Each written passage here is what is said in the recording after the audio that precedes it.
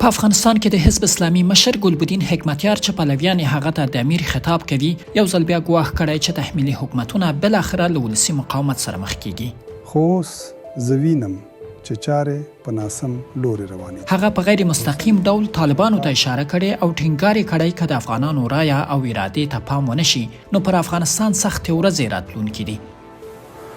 درناوی نه کوي. حکمتیار دا څرګندونې د اسلامي حزب د غړو په یوه غونډه کې کړې چې په بهر کې ترسره شوې وه. هغه د افغانستان اوسنی وضعیت ناسم بللی او ویلي دي چې خلک د سیاسي نظام د ژر او مثبت بدلون غوښتونکي دي.